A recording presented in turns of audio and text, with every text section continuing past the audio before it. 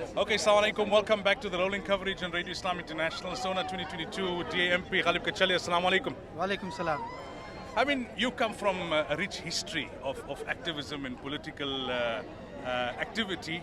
This year's SONA, should it be in any way any different from previous SONAs considering the circumstances that we find ourselves in the country? Well, there are two things. One is a physical issue. Parliament burned down, so there is a physical difference. And there is an issue given where we find ourselves in this country. So this SONA is terribly important. It cannot be a SONA which just gives normal platitudes as usual. There needs to be something qualitatively different. And people have to ask, what are we going to do to fix this country right now? Because we are on the edge of a precipice, and this has to be solved. And I'm afraid I'm sitting with bated breath to listen to what is going to come.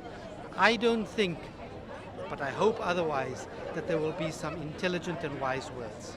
We spoke to your leader, John Steenhuisen, this morning, and he said he expects it to be a very conservative SONA because he thinks the president won't want to rock the boat in an election year, party election year with all the factionalism. Lindiwe Zulu also spoke to us. She said, well, she understands that the ANC is at a low, but she has seen an ANC which had greater struggles and they rose. Knowing your own history and your family's history with the ANC, can the ANC recover from where they are now currently, in your opinion? The ANC is unable to recover. This is the nadir point in 30 years of the ANC. It has been a slide downwards, and we have come to a point where it is irretrievable. When we talk about unity, what are you trying to bolster in the ANC? Are you trying to bolster an organization which has led us to the edge of the precipice, which is riddled by factionalism, or are you going to say, we understand the country needs something different?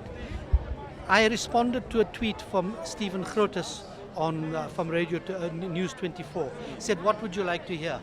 I would like to hear his call for a snap election. Let the people decide. Let the people decide. 1990, when Madiba stood here and gave that memorable... that's what I was going to ask you. You were standing right here? I was standing there. I came from Tutu's house and I stood right here. And what sticks in your mind from that day up to today? I was filled with pride. I was filled with pride about the future. I'm now filled with trepidation about the future. That's the difference. Last question. If Amina Chachalia was alive, what would she say to the same Pres Ramaphosa who was next to Madiba here that day, 32 years ago? I don't know what my mother would have said, except based on her discussions with me, she was disillusioned to the point of complete disillusionment. And they will say, yeah, you would say that.